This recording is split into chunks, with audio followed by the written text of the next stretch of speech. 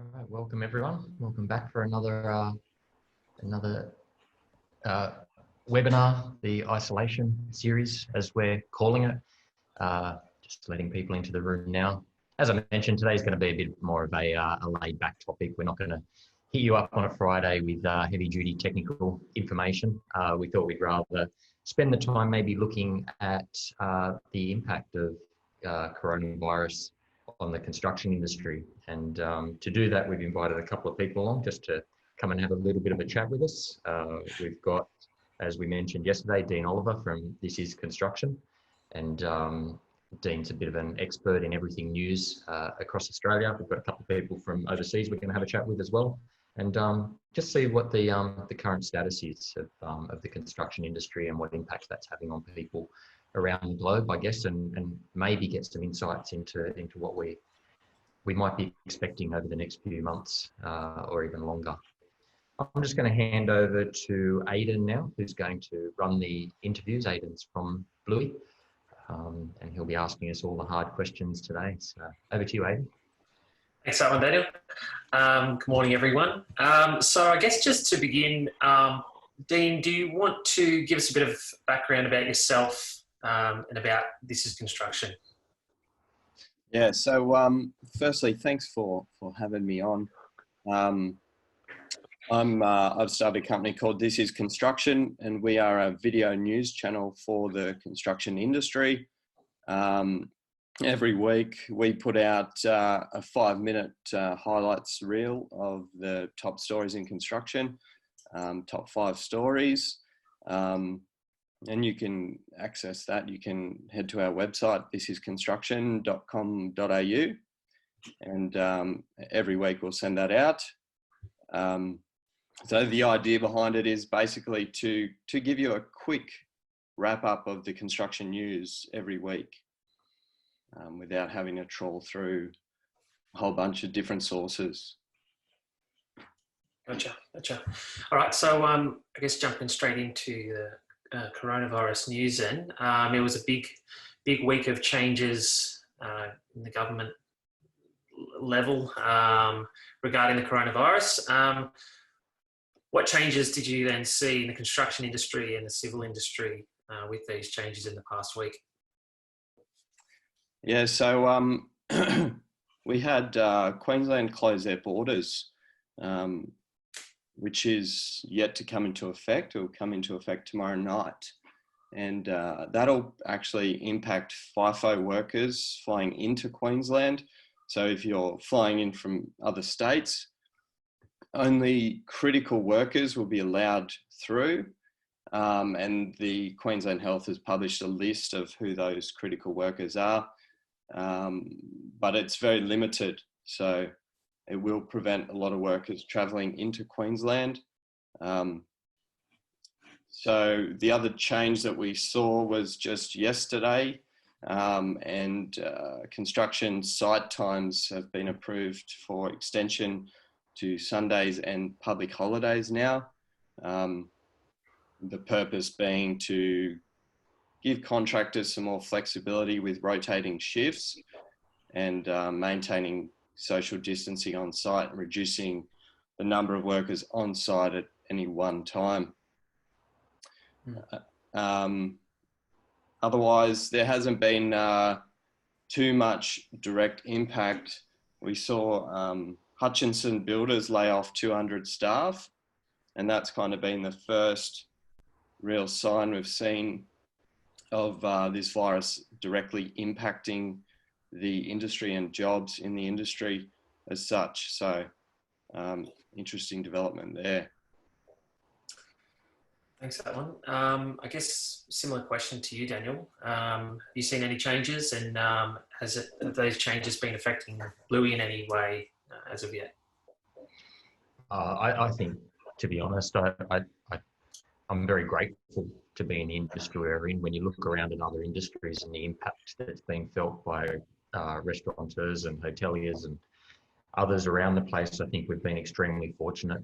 The number of changes in construction in Australia have been very limited. And just to add on to what Dean said there about the announcements yesterday, that was Rob Stokes, the planning minister, who came out and has now said that construction sites will be able to operate 7 days on public holidays. And he finished it off by saying that the construction industry is absolutely critical to the economy and it's really important that we continue to support it. And it was a really clear indication that the intention there is to keep the construction industry going. And probably the best bit of news that I've seen in 4 weeks, to be honest, after seeing bad news after bad news on this. So we're feeling reasonably positive, probably more positive than I was a week ago about things. I think as long as everybody acts responsibly from here, and we can control the spread, then construction sites will continue to operate.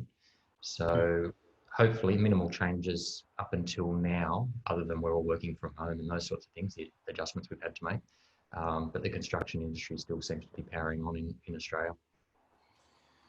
Yeah, I think it's been interesting to see how different governments around the world have been, I guess, coping with the virus. And to get a bit of an outsider perspective, we've got a couple of other ring-ins for the webinar today. The first is Alex Terry. He is the Director of Tunnelling for MRT, the Mass Rapid Transit System in Kuala Lumpur. Alex, if you're on the call, do you want to just give us a bit of an update of the state of the construction industry in Malaysia at the moment? Yep, everything's ground to a halt here. We had the first movement control order on the 18th of March, and that's basically said everyone has to stay at home and work from home. We've got about 10 tunnel boring machines in the ground at the moment, and a couple of them were under live railways. So we've been working hard with the authorities to try and get them moving, because basically when they imposed the movement control order, they said that if to stop works would be dangerous, then they would allow works to continue. So we've been doing our best to get those removing. But you know, we did get approval, and it's been quite it takes quite a while to get the supply chain moving again, and things like, because we've got dumping grounds in other states, and so we've got to get things open. The whole logistics of tunnelling has had to restart. But as of this morning, I think we've got about 6 machines going. So we're back in business in that respect. The movement control order in Malaysia has been extended until the 14th of April, and so we'll wait and see if that gets extended further. It's been quite successful in flattening the curve, as is the you know, the idea of having these movement control orders is to try and keep the virus from getting out of control. So so far it seems to be working quite well, but we don't know whether we'll you know, it'll extend past the 14th of April or not. Thanks for that update there, Alex. The other person that we have in on the call today is David Sharp. He is down in New Zealand. David is the Director of Grouting Services. David, can you give us a bit of an update on Ardern's measures? Yeah, sure. Good morning, gents. Can you hear me, Aidan? I'm not sure if this is working. Yep. Oh, great. Yeah, so as you know, New Zealand went into lockdown 26th of March, and like Kuala Lumpur, we're basically shutting everything down. There's no construction, and everyone is under order to stay at home. You can do a bit of exercise and go for a walk, and generally we've got a 96% success rate of people abiding by the rules. It might seem a bit draconian. I think the fact that we've got a Labor government in power is one of the key differences between New Zealand and Australia. You know, from my personal perspective, I've got a construction company with 50 men, and as an owner and I guess just a human being, our focus is on looking after those families first and foremost. The government's come to the party and has given a subsidy, which isn't a lot of money. It's between 30 and 40% of what an average person earns, and we're topping up that over the next 12 weeks to 80%. So the government's paid the money into our bank. That's pretty good. They're doing the best thing they can. We've got a massive amount of forward work. You know, New Zealand, like Australia, was absolutely booming. there's concerns around when we're going to get live again and what that will look like. I suspect when the government announces on Monday coming their strategy, they will extend our lockdown of 4 weeks to 6 weeks, we suspect.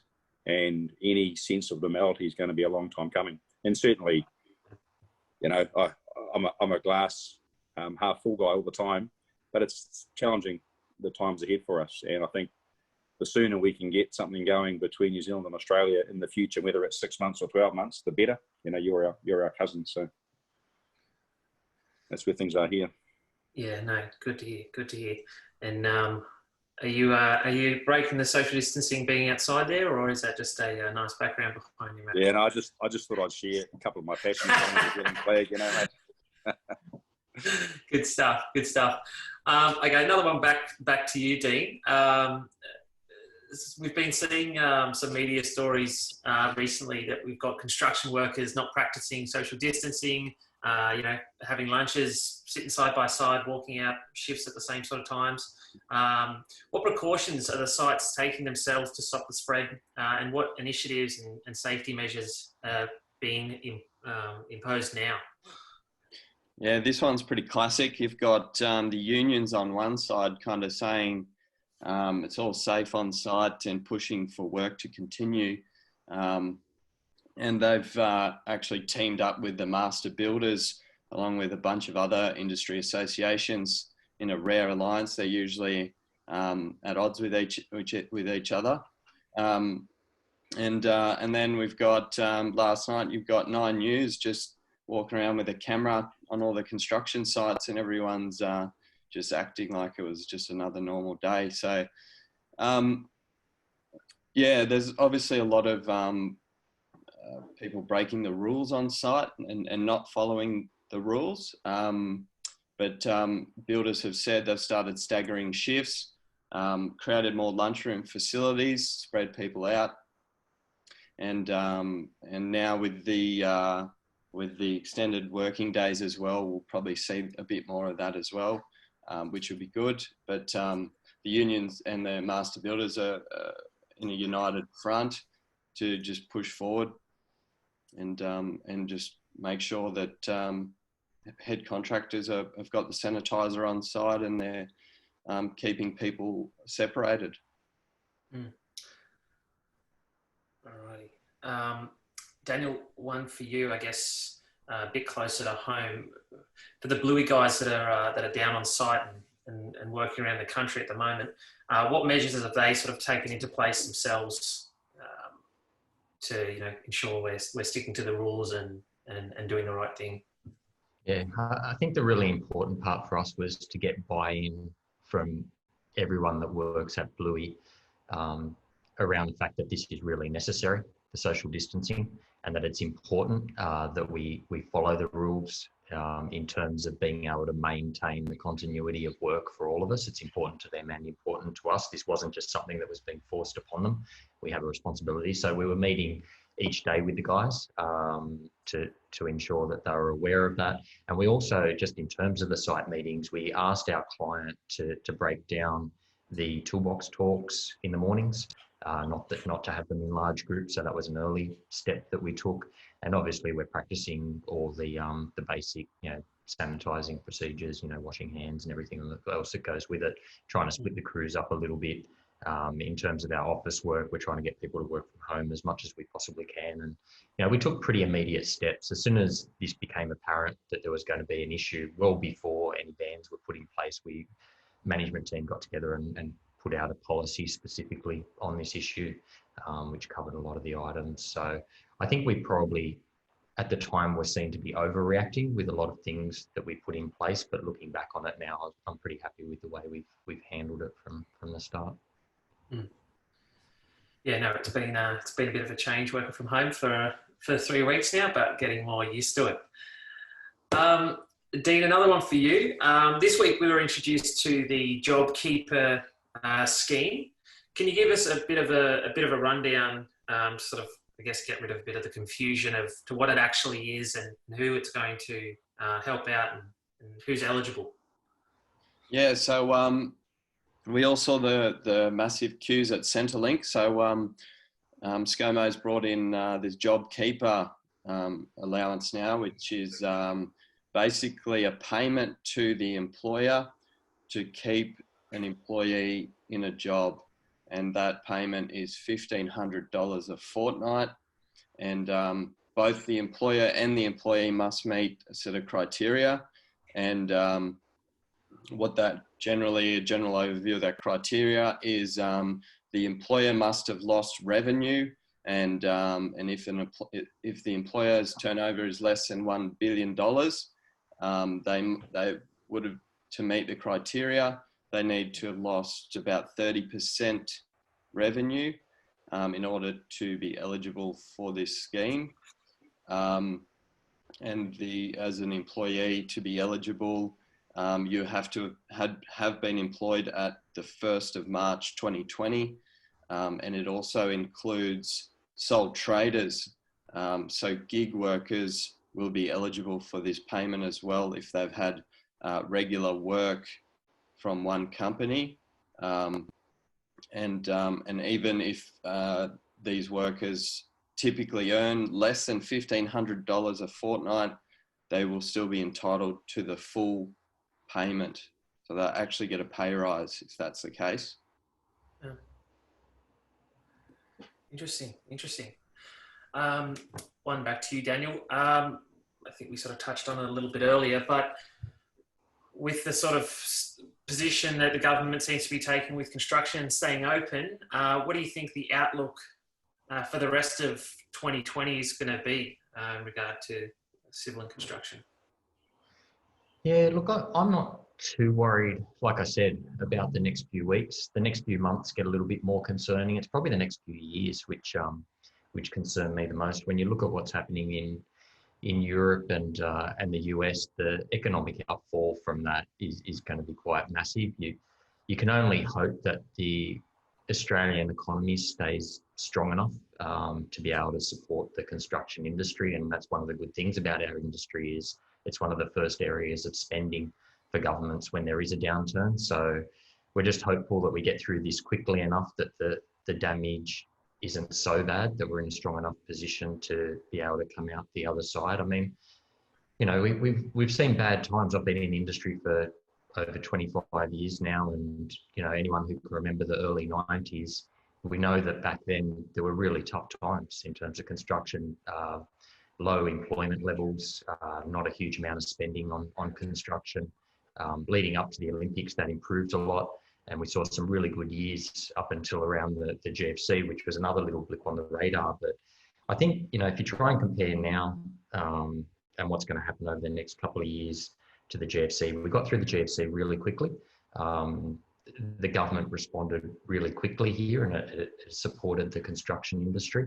I just hope that the Australian governments and governments all around the world, for that matter, are in a strong enough position at the end of all this to be able to take similar action and see us pull out. I mean, the last thing we want to see is a long-lasting recession, or, you know, turning into a depression over time. But I mean, that's probably taking the most negative view of it all. At the moment, like I said, I'm feeling reasonably positive considering how bad the circumstances are. Perfect. All right. Well, we've got everyone on the call. Does anyone have any questions that they'd like to post to the group or have answered? If you'd like to just unmute yourself and or add into the chat, you can go for it now. Yeah, while we're waiting for any questions to come on, again, I'd just like to thank everyone for joining us in these sessions. Next week, you might see we've got our program, or you can't see that, that's not going to come up on the screen, but Aidan's going to be putting out the program. It's also on our website. We've got a few different speakers next week. So we've got Bill Green, who's going to present on HDPE corrosion protection liners. I know there's a few people on the call who might be interested in watching that one. Ground anchors on Tuesday. Fluid grouts on Wednesday, and then we're going to be covering waterproofing of TBM cross passages on Thursday to finish off the week. Any questions coming through? No, nothing yet. So I think we might leave it at that. And I might thank Alex Terry, very good mate of mine, for joining us. Dave Sharp, a very good mate of mine, for joining us today. Really great to see your faces, guys. And of course, Dean Oliver, who's helping us out with these sessions as well. Thank you very much, Dean. And Sure. Dean, just remind everyone where they can come and find you. LinkedIn, This Is Construction, is that the best way? So you can head to our website, thisisconstruction.com.au. You can follow me on LinkedIn, Dean Oliver. We're also on YouTube, Twitter, Facebook. You can watch our videos there. Thanks again, Dean, and thank you, everyone. I hope you all have a really good weekend. I hope that wasn't too negative. I'd like to think that, you know, we aren't in such a bad situation in construction, and it's great that we've got such a supportive community around, and I look forward to seeing you all again next week. So thank you.